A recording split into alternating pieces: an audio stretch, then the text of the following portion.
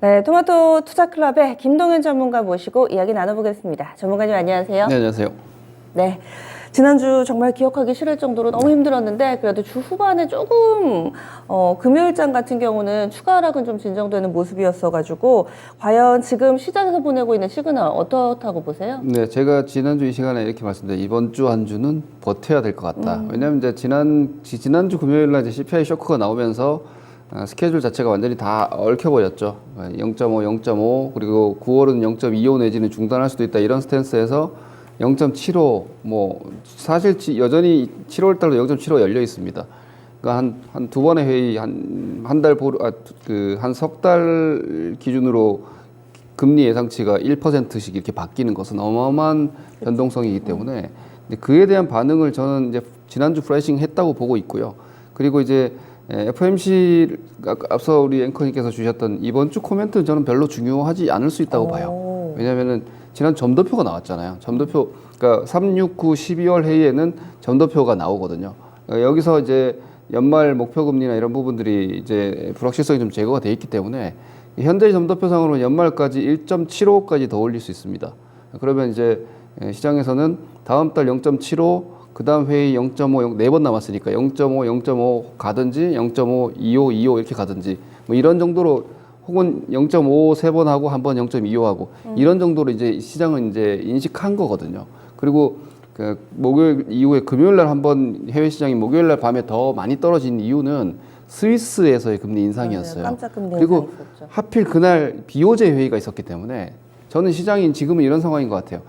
금리는 그래 다 반영했어. 긴축도 반영했고. 근데 이게 뭔가 다른 쪽으로 터지는 거 아니야? 뭔가 터지는 거 아니야? 이런 걱정을 계속 했던 건데 그게 지금 뭐 비트코인은 저는 그렇게까지 금융시장에 심각하지 않다고 보고 있고 예, 엔화나 홍콩이나 이런 쪽이 저는 약간 불안정한 요인이라고 봤는데 네. 다행히 BOJ에서 그대로 스탠스를 유지했어요. 그게 만약에 BOJ에서 무제한 양적 완화를 번복했거나 바꾼다면 그건 또 다른 불확실성이 되거든요. 그런 요인들이 오히려 제거가 좀 돼 있기 때문에 뭐 해소된 건 아니지만 그리고 제가 유가에 대해서는 바이든이 사우디 가는 게 오피셜이 되면은 네. 유가는 좀 꺾일 것이다 이렇게 전망을 했는데 그런 양상들이 나왔고 그리고 이제 7월 중순으로 스케줄이 잡혀 있기 때문에 그런 부분들도 이제 유가에 대한 상방 압력이 좀 둔화될 수 있다라는 거죠. 그러면은 그 에너지바 인플레이션이 사실 제일 크기 때문에 미국의 경기라든지 이런 부분들 휘발유 가격이 상당한 요소를 차지하고 있기 때문에 우려감들이 조금은 진정되면서 좀 자연스러운 반등. 제가 사실은 주식 매수 포지션을 제가 작년도 같은 경우도 계속 장이 안 좋다. 3,000대에서는 저는 현금화를 적극적으로 해야 된다는 의견이었고 사실 제가 2,600부터는 사자 이후에 지금까지는 밀린 거예요. 네. 그런데 여전히 당분간은 그래도 반등으로 보는 게 맞지 않나라고 보는 이유가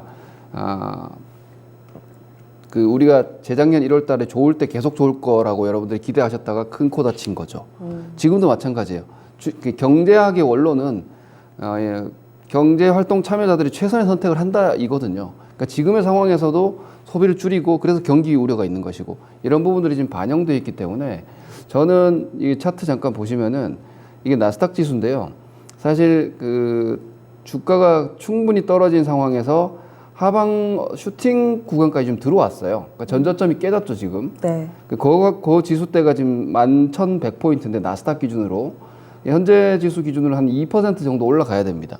이번 주에 오늘은 휴장이고 이번 주에 미국 시장이 나스닥 11,100 이상으로 올라간다면 이 시장이 작년 11월부터 떨어졌던 급락에서 기술적 구간으로 다시 한번 진입되는 거기 때문에 떨어진다고 계속 떨어질 거라는 걱정만 하기보다는 현 시점에서는 나쁜 것들 충분히 반영됐고 더 나쁜 건 일단 안 나오고 있다.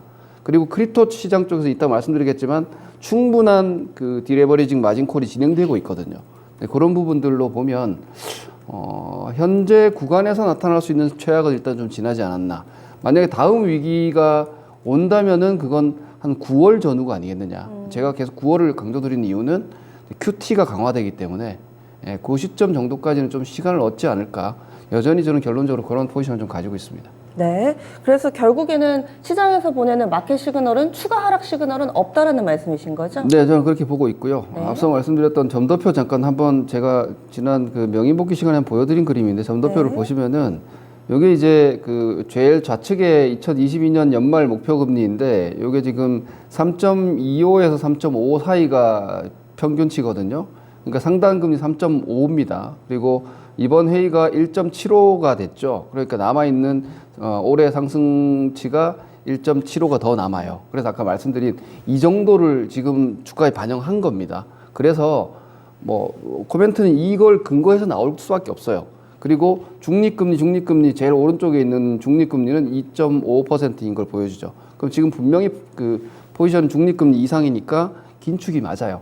그리고 저희가 아래 그 다음 그림 한번 보시면은 요게 이제 그 다음 그림 보시면은 그 증시 6개월간의 미국 시장의 주요 시세인데요. 네. 제가 대각선을 하나 쭉 꺼놨죠. 네. 그 상단에 있는 것들이 우리 소위 말하는 빅테크들입니다. 기술주들. 네. 6개월 동안 가장 선명하게 빨간색이죠. 미국은 빨간색이 하락입니다. 초록색이 상승이고. 네.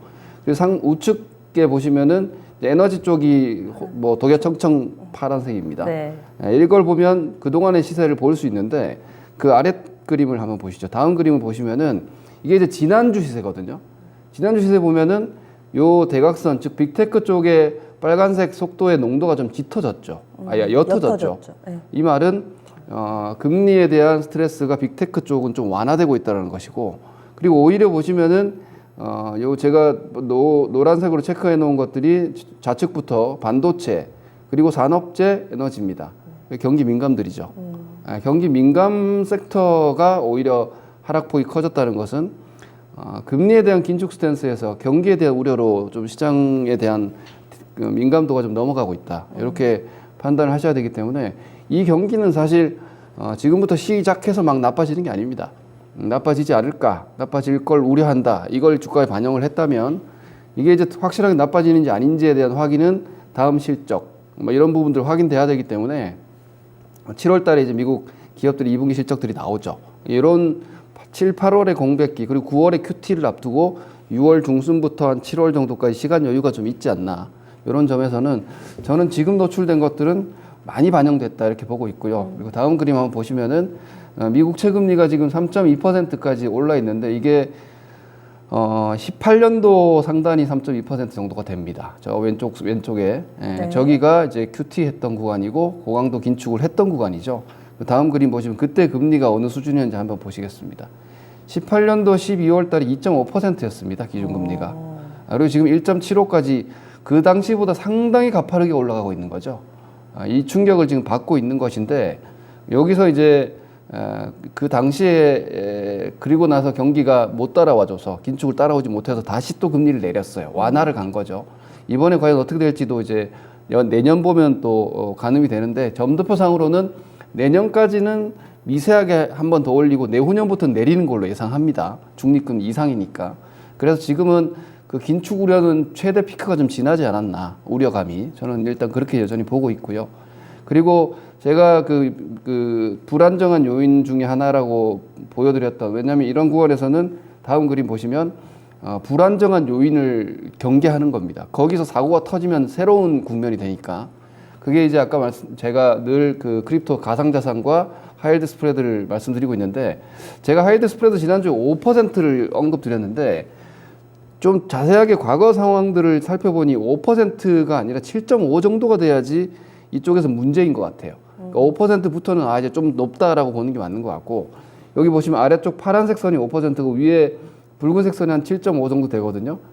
최근에 가장 가까운 시점에 이런 어떤 신용 문제가 생겼던 경우가 사실상 금융위기 이후에 미국 재정 문제, 유럽 문제, 그리고 뭐 두바이 디폴트 이런 상황들밖에 사실은 없거든요. 그 당시에 위험 시그널이 한 7.5 정도에서 나왔던 것 같아요.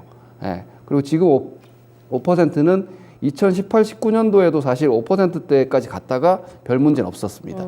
이런 점 감안하면은 5%선 정도에서만 방어가 된다면 일단 아직까지는 뭐 파산 위험이나 이런 쪽으로 이제 월스트리트 전반 가상자산 시장은 이미 파산이 나오고 있고 네. 이쪽까지는 문제가 없다면 우리 주식 투자하시는 분들은 일단 그 정도 2단계 위험으로 가는 상황은 아직은 아니다. 그렇다면은 긴축 우려, 경기 우려 정도라면 지금은 저는 좀 프라이싱 됐다고 봅니다. 그러니까 주가가 안 좋아도 기반영돼 있으면 충격은 제한되거든요.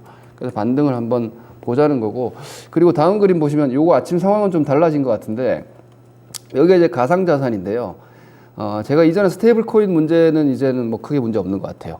근데 이제 가상자산 쪽에서 특히나 이더리움이나 비트코인 이런 쪽에서 마진콜이 지금 나왔어요. 그 레버리지, 가상자산이 변동이 큰데 그걸 또 레버리지를 하는 투자들을 많이 해왔거든요. 그러니까 세상에서 지금 가장 고변동 위험 자산이 네. 가상자산인데 그걸 레버리지를 전문적으로 하는 기업들이 지금 다 망하고 있습니다. 파산. 그러니까 마진콜이죠. 갖고 있는 포지션을 유지하지 못하고 그리고 투자자들의 환불 요구를 응하지 못해서 손들어 버리는 이런 상황들이 가상자산 시장에서 나오고 있어요. 하이 리스크 하이 리턴의 최고봉이죠. 그렇죠. 항상 그래서 위험이 생기면 주식시장도 마찬가지예요. 급락이 진정되는 건 그동안 제일 많이 떨어진 주식이 반등 시작하면 거의 바닥이거든요. 이래서 오늘 아침, 그러니까 어제 주말간에 지금 비트코인이 17,000대까지 떨어졌었는데 지금 아침에 보니까 25,500불까지 회복됐어요. 올라왔어요. 네, 맞아요. 한 10% 밑에서 반등이거든요. 뭐 가상자산 다시 간다는 얘기는 아니고요. 이런 어떤 데드캣 바운스가 시작될 수 있는 여지가 좀 보이기 시작한다. 이렇게 보시면 될 것 같고 가상자산은 지금 보시면 다음 그림이 왜 제가 이런 말씀을 드리냐면 비트코인이 지금 보시면 3분의 1 토막 났고요. 총 가상자산의 시가총액이 우리 돈으로 한 3,000조 원 정도에서 지금 1,000조 원 수준으로 떨어졌어요. 네. 총 시가총액이. 그런 정도면은 사실 망할 회사 다 망한 거고 문제 생길 만큼 충분히 생겼고요. 사실 비트코인이나 가상자산 투자하시는 분들은 그러기 상태예요.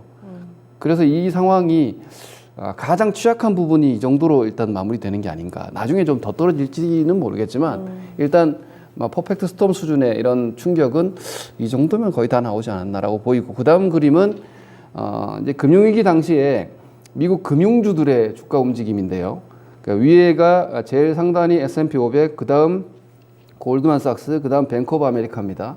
금융주들. 지금 네, 왼쪽에 보시면 금융위기 상황에서 제일 하단의 뱅크 오브 아메리카가 완전히 무너져 버리죠, 주가가. 먼저.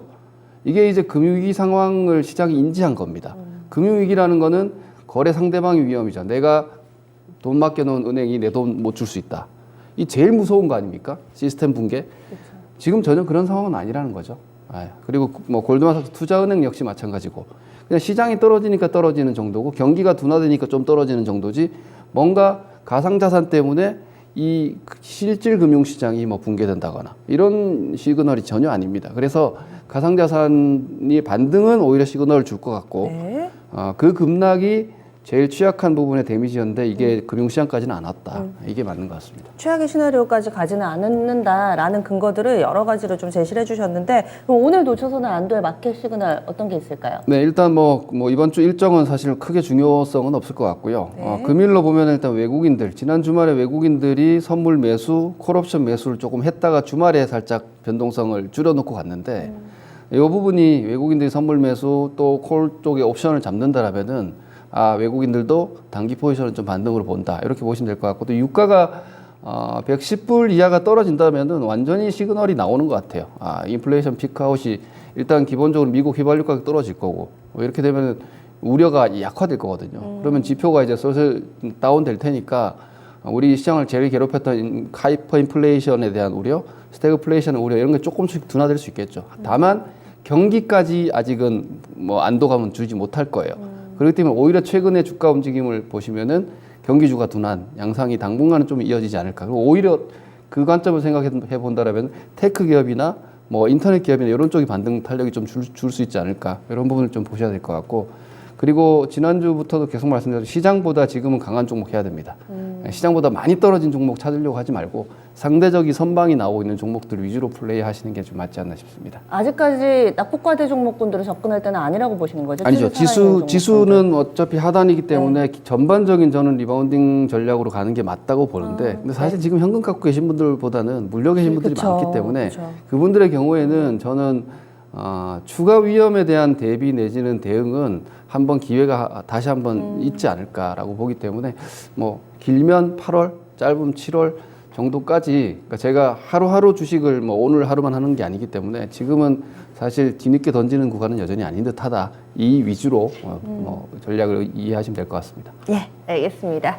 최악으로 가지는 않을 거다. 지금 일정 부분 그래도 바닥을 다져나가는 과정. 아래쪽보다는 조금은 반등 가능성에 조금 더 무게를 두고 이렇게 이야기를 좀 해주시는데요. 여러분들 보신 것처럼 김동훈 전문가님 자료 정말 많이 준비해 주셨어요. 더 자세한 이야기, 자세한 분석, 자세한 투자 전략 궁금하신 분들은 오늘 저녁에 무료 온라인 공개 방송 함께 해주시죠. 오후 4시부터 5시까지 1시간 동안 진행이 됩니다. 조정 박스장의 순환, 차별화 구조 공략법이라는 주제로 진행이 됩니다. 과연 어떤 부분들을 꼭 알아야 될지 이 시간도 놓치지 마시기 바랄게요. 오늘 전문가님 수고 많이 하셨습니다. 네, 고맙습니다. 네, 지금까지 마켓 시그널이었습니다.